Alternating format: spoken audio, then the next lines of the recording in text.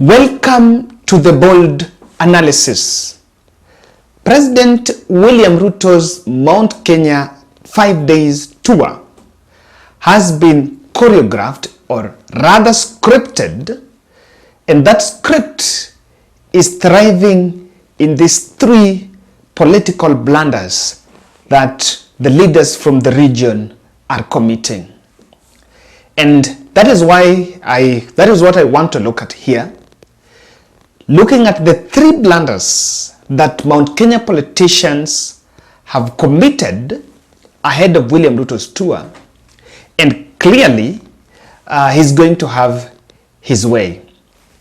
This is because Mount Kenya is one of the regions that I know William Ruto has been trying to avoid by all means, because whenever they see William Ruto in the region, the leaders come with a begging bowl, and that begging normally has weight because they clearly played a pivotal role in lifting William Ruto to presidency. So there is normally that sense of entitlement. And to help us get to understand, I want us to listen to Hussein Mohammed explaining William Ruto's diary, 5 days diary, in the mountain. A critical infrastructure, of course, that will ease the movement of goods and services and spur development in Mathira, Nyeri County. Throughout the day, the president will engage, as he always does, with the residents in those localities, concluding with a Meet the People tour in Karatina town in Nyeri County. On Sunday, 6th August, the president will host an interdenominational prayer service at the Sagana State Lodge, and later in the afternoon, he will chair a meeting with the leadership of the region. On Monday morning, the head of state will officially launch the upgrading to bitumen standards and maintenance of the 45-kilometer Ichamara-Kariti Road in Mukurweini, Nyeri County. Also on Monday in Tetu sub-county, President Ruto will commission the Kaigonji water project and thereafter commission the Oduor water project, which will benefit 60,000 people with 216 new sewer connections. The president will also open the Nyeri stage and bus park, expected to ease congestion at the terminus. Now, when you play close, when you listen keenly, you will realize that that tour has really been clogged by a lot of launching of projects, some of which are actually Uhuru Kenyatta's projects. But one has really captured my attention, and we are going to look at, if you're keenly, you even listen to one where he's saying that they're going to launch, some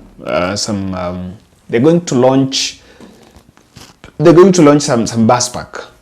So ladies and gentlemen, kindly subscribe to our channel, click the notification bell, and like our video.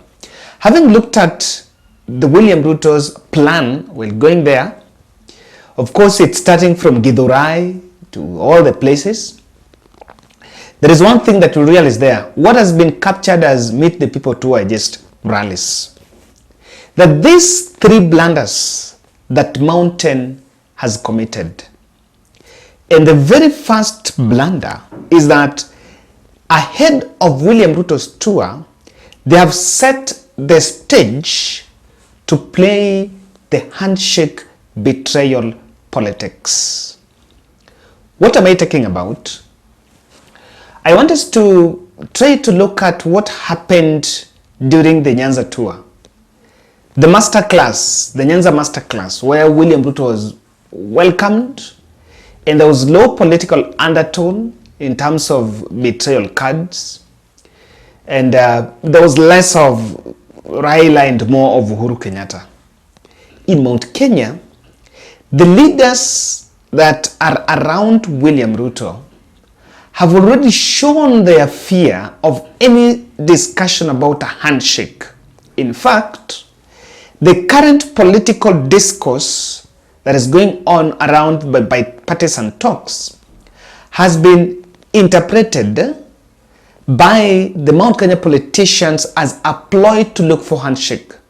And so, before they know, they are going to make Raila Odinga Ruto handshake be the main agenda when William Ruto speaks in the mountain. One of the reasons they have made it, Kimani Ichung'wa just wrote a letter today talking about Nonu Mkate and all this. And you remember, Kimani Ichung'wa is a leader who is in that bipartisan talks. The more discussion centered on no handshake with Raila Odinga, and the more discussion we have about Uhuru Ruto fallout, the more they are going to give Ruto a very easy agenda to run with without really bringing something new on the table. What do you expect when president visits a place?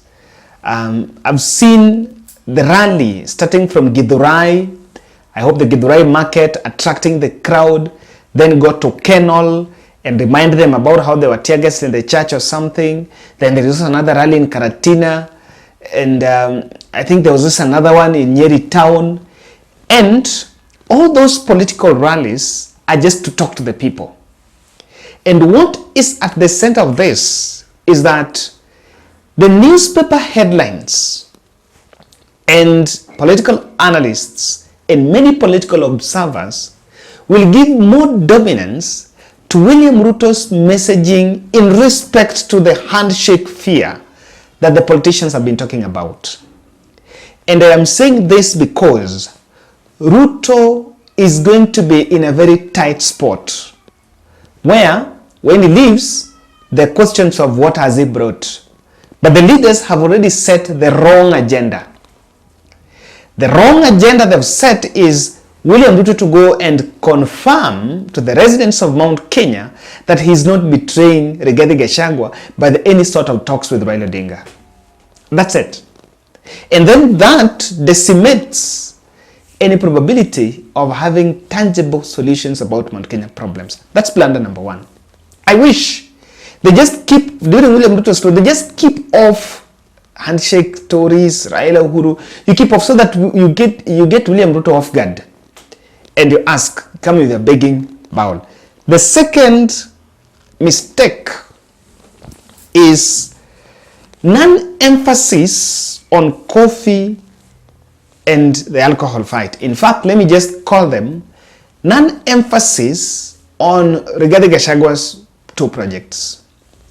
The reason why William Ruto is going to the mountain now, one of the grounds is that he's going to culminate, or rather he's going also to look at what Rigathi is going to give a report. He was given some responsibility in January to do some reforms on coffee and tea and all that, and also to the alcohol fight, which is a fight that I think, if you ask me, they seem to have lost it. The biggest problem Mount Kenya is facing now is the coffee crisis, where the coffee has collapsed, the market has collapsed, the supply chain has collapsed.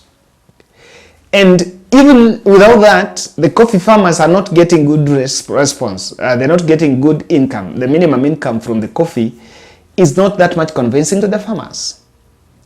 I am not seeing these leaders, and in fact, even in William Ruto's itinerary, it has been well scripted that none of the coffee and, the agricultural talk in terms of the coffee is being talked about. In fact, they've taken the angle of the fertilizer subsidy and all that. But William Ruto again has veered off from the coffee crisis. Remember, even during the cabinet retreat in Nanyuki, this matter was raised. The leaders raised it. And what Ruto did, he pushed it to Rigathi Gachagua. In the second one, the two has also been well scripted to make sure that doesn't appear anyone. The third mistake is donating Ruto some projects. In fact, donating them the projects below presidential delivery unit. Let's ask for a very simple reason. William Ruto is going to launch a bus park in Nyeri town. Bus park. A bus park, even in my small county in Siaya, there is a bus park shed. Actually, what is going to launch is a shed. A bus park shed is normally constructed even by the area MCA. Simple. In fact, it's constructed, it doesn't even fall under the constituency development fund, but it's something that is low budget. Honestly, President Ruto cannot leave State House to go to Nyeri to launch a bus park, but because we want to interact with the people and politic and of course give some money there, we've taken William Ruto to go. We've donated for him a project because I want to believe construction of Nyeri bus park cannot be a project that was conducted by the national government. There's some school project giving some bus. I have known that these buses are normally bought by the CDF, and the president is called to come and launch so that people want to show that they are close to the president. They've donated projects because there are also some projects, and a host of bloggers from Mount Kenya have been raising that there are some projects that have been listed that are not new. It's projects that were either started by Uhuru Kenyatta or their logical conclusion. And instead of looking for new, it's some few roads that are new. But there's some, like I think the Narumora Water Project, it was started by Uhuru Kenyatta then. So duplication of the launching is already showing that the whole thing is about political. Last mistake I've also seen, as much as that tour is called Mount Kenya, but only 3 counties are covered: Nyeri, Kirinyaga, and Kiambu. Nothing like Tharaka Nithi, none of Meru, but he was in Meru recently, of course, none of Muranga, none of Laikipia. So as much as it is called Central Kenya Tour, but if you look at those projects, majority of those projects, many of them, in fact, 60% of the projects are going to be in Nyeri. Of course, that's where the Sagana State Lodge is, and it's the first tour they're going to visit. This is something that you'll realize. The media and all those observers, we're going to pay close attention to see if the Mount Kenya politicians that are going to speak there are going to speak more about no handshake with Raila or no talks, Uhuru Kenyatta did that. The moment you do that, the media carries those stories. Then what you need, ukishasema hizo, you've already created an agenda, and president is at liberty to give you some few remains there, and you yell and go home. So I wish that they get it right, and this time round, because they have organized, they're going to give William Ruto the welcome, and they deserve it just like any other region. Nyanza welcomed Ruto, Resource Coast, and so they deserve it. But if it's not handled, I'm telling you, it will not be business as usual. Thank you.